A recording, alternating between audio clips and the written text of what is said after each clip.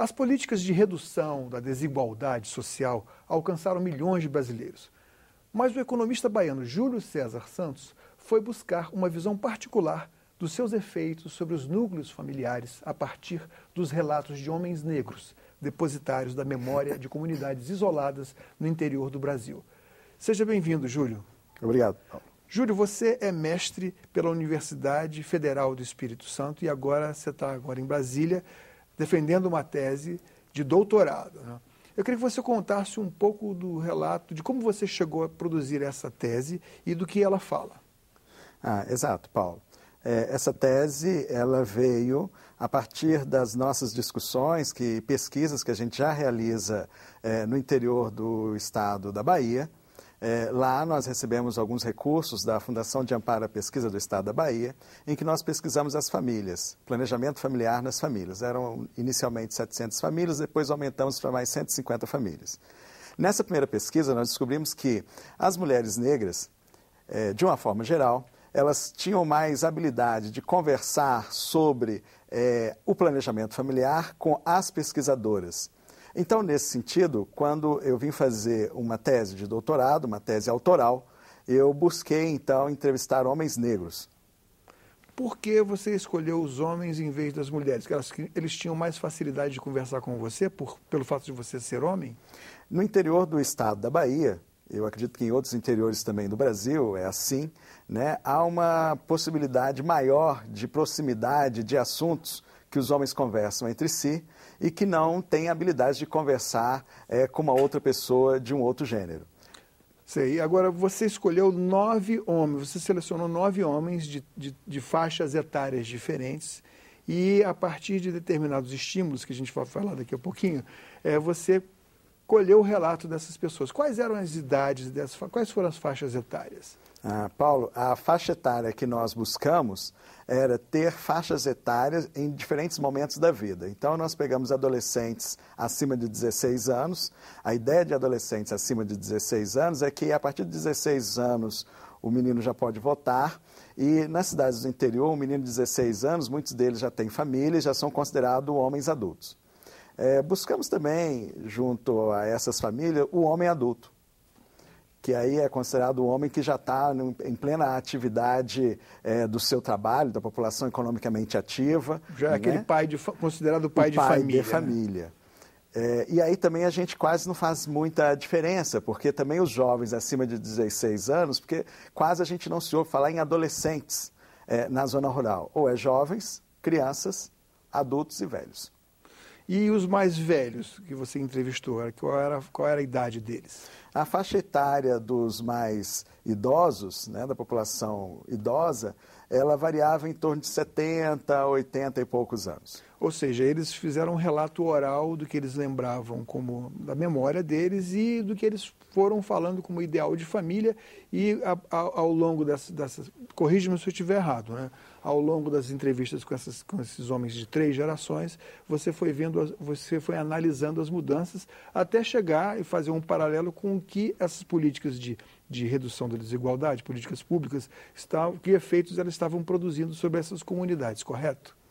Correto, Paulo. Eu acho que, além de pensar em termos das narrativas de história de vida desses homens negros no interior do estado da Bahia, eu busquei também fazer uma análise de conteúdo das políticas públicas que tinham a ver com o planejamento familiar. Então, a Lei de Planejamento Familiar, né, o Programa de Planejamento Familiar e a Lei de Constituição da Família.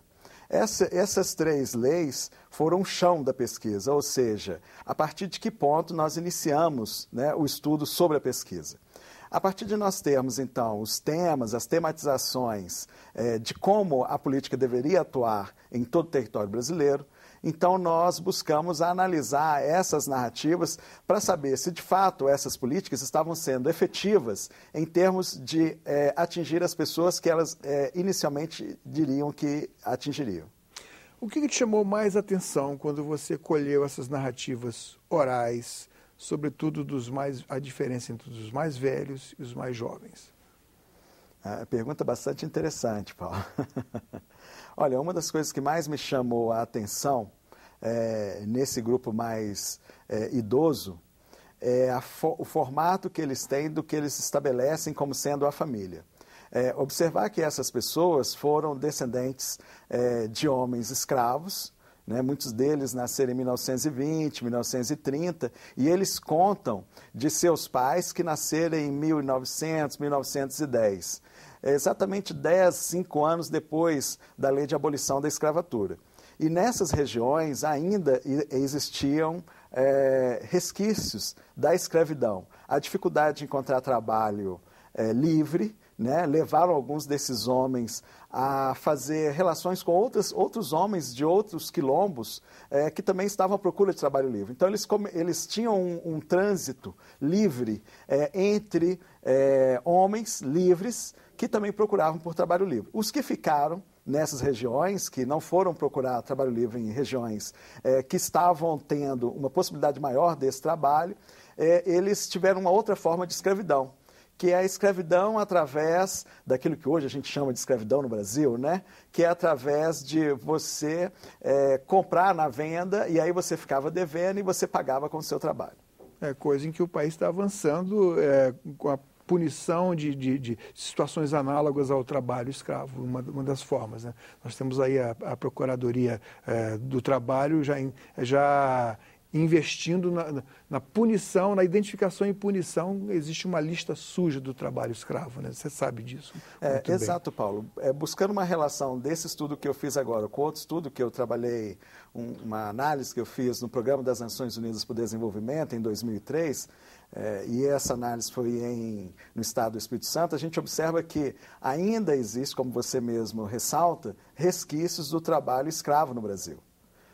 Em algumas fazendas do interior do estado do Espírito Santo, a gente encontra ainda, né, boa parte de pessoas que são cativas por esse tipo de relação trabalhista, vamos dizer assim. O que você buscava e por que você escolheu essas comunidades onde você foi entrevistar? Foi onde você foi fazer as entrevistas? Foi aqui no estado de Goiás que você fez entrevistas? Não, as entrevistas foram feitas na cidade Santo Antônio de Jesus, na Bahia. Inicialmente a ideia seria entrevistar pessoas, homens, né, dessas 3 gerações, pai, filho e neto, em que todos fossem usuários dos programas sociais do governo federal. Então eu saí procurando, principalmente que eram homens rurais, então eu saí procurando entre as comunidades rurais pessoas que tinham esse perfil.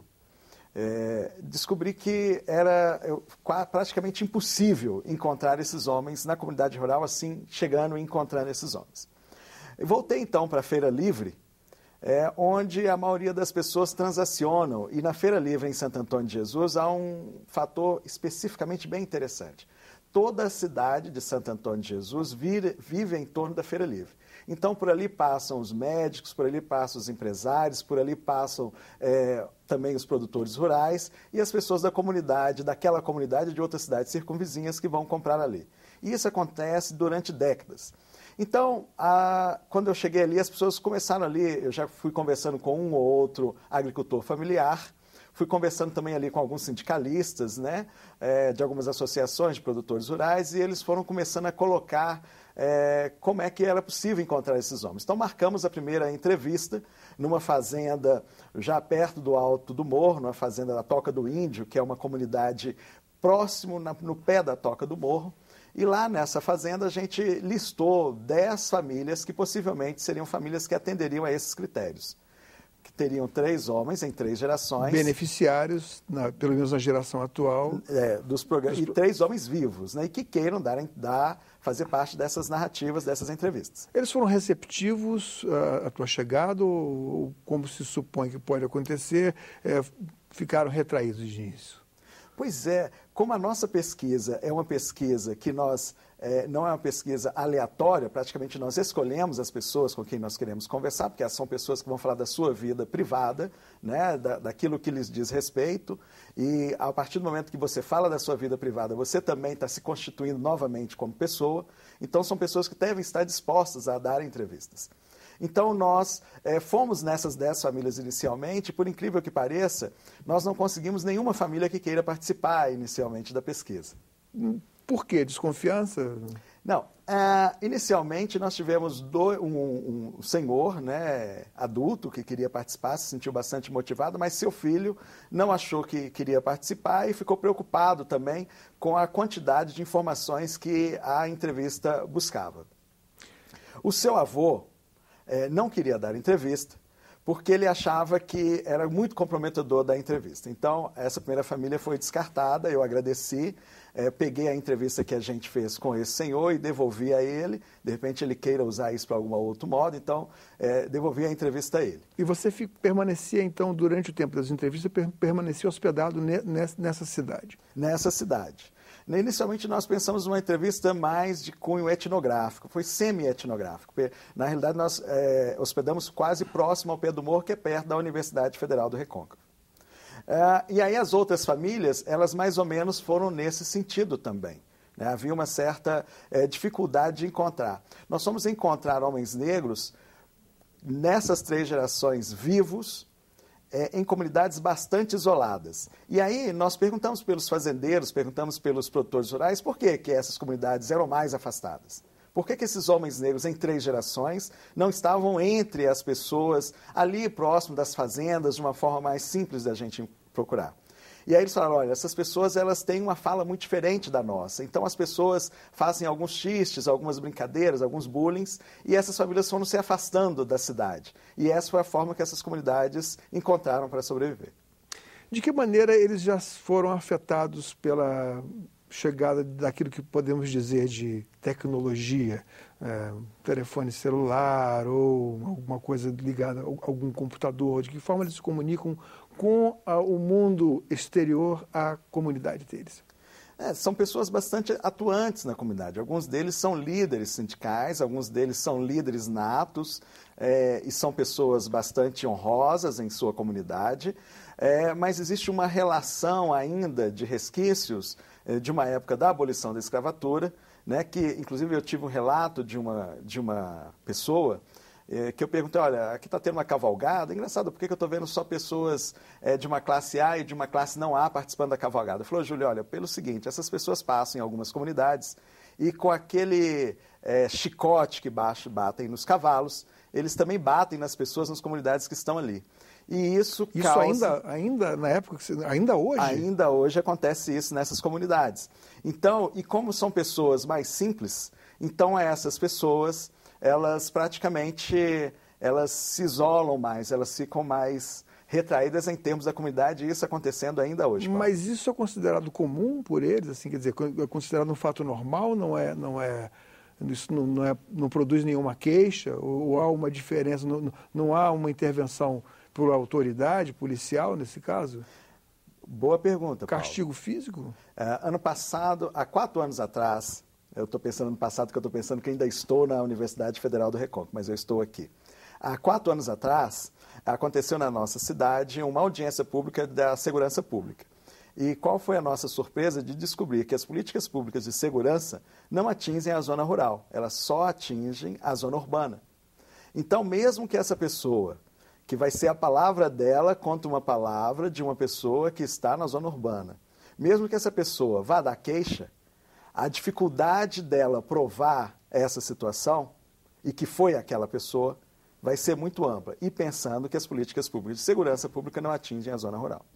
Bom, o que me chamou a atenção também é que você, sendo mestre, você, claro, escreveu sua tese, e a sua tese é sobre o objeto da sua primeira tese, tese de mestrado, que vem a ser, o nome em inglês Trade Secrets. Trade Secrets, que vem como você traduziu, em português o original é? Segredos de negócios? Segredos de negócios. Quer dizer, você partiu de um tema que, aparentemente, eu não li sua tese, não tem nada a ver com etnia, não tem nada a ver com raça, como mais a gente fala comumente. E parece que você deu uma guinada aí violentíssima violento no sentido de abrupta, né?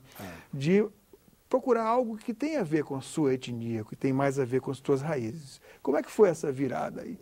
Bom, tem uma virada pessoal também e tem uma virada acadêmica, né? Chegando na Universidade Federal do Recôncavo da Bahia, passando no concurso da Universidade Federal do Recôncavo da Bahia, eu fui aplicar boa parte de uma propriedade intelectual que nós tínhamos no Programa das Nações Unidas para o Desenvolvimento, que era, então, o planejamento das cidades.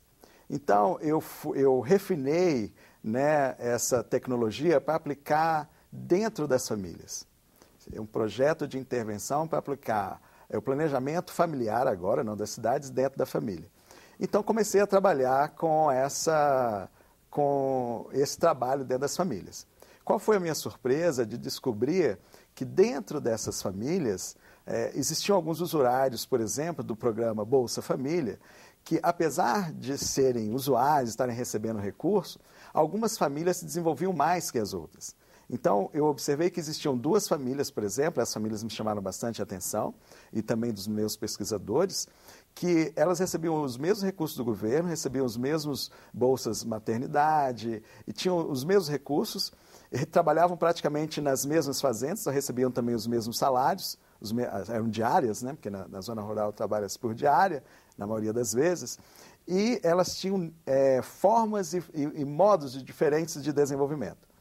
A partir daí, eu percebi que a economia, principalmente a economia da inovação, a economia clássica, a economia do orçamento doméstico, já não dava mais respostas ao que nós queríamos, que era o desenvolvimento dessas famílias. Então, portanto, fui buscar, né, no Programa de Desenvolvimento Humano e de Saúde, o programa de pós-graduação da UNB, focado inicialmente no Instituto de Psicologia, essas respostas. Então, lá nós estudamos temas que têm a ver com o desenvolvimento humano, que focam especificamente no humano, na pessoa humana. Isso objetivando, claro, você levar de volta para essas comunidades e outras que tenham, pelas quais possam ser disseminadas essas teorias ou as práticas que você obteve através desse seu trabalho, devolver para essas comunidades algo que lhes possa ser útil. É isso? Mais que isso, Paulo. Eu acho que nós, enquanto pesquisadores, precisamos ser mais êmicos, no sentido de ouvir a comunidade. A comunidade tem muito a dizer e muito a nos ensinar, porque eles vivem ali há mais de 200, 300 anos. E há mais de 200, 300 anos, eles criam as suas famílias, constituem as suas famílias e estão bem.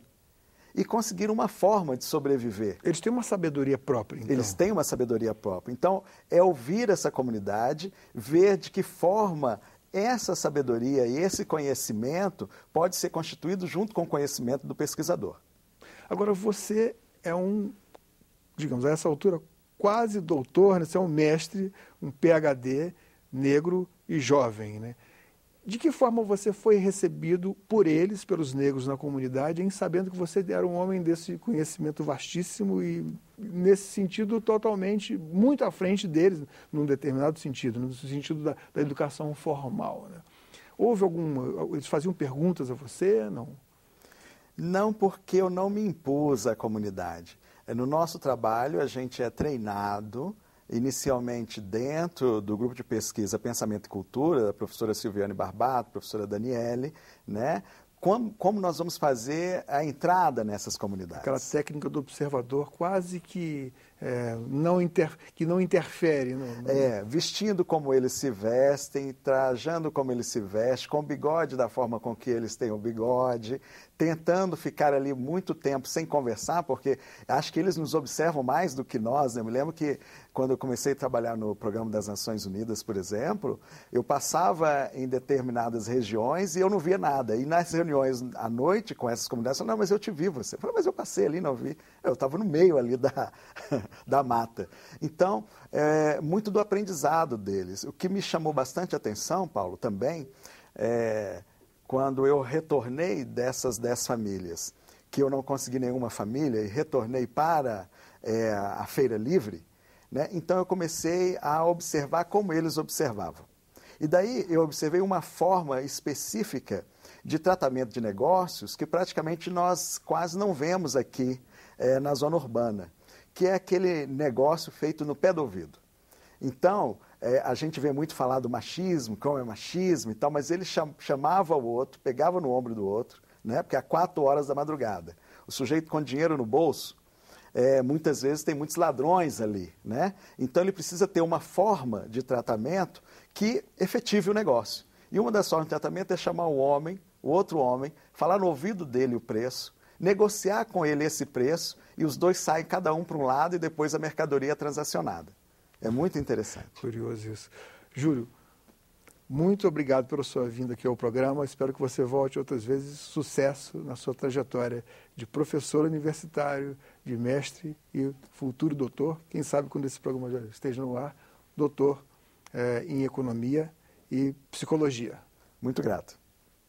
Cidadania conversou com o economista Júlio César Santos. Mande suas críticas e sugestões para nós. Ligue para o Alô Senado 0800 61 2211 ou acesse www.senado.leg.br/TV. Nesse endereço você pode ver de novo ou baixar uma cópia de qualquer programa da TV Senado. Obrigado pela atenção e até a próxima.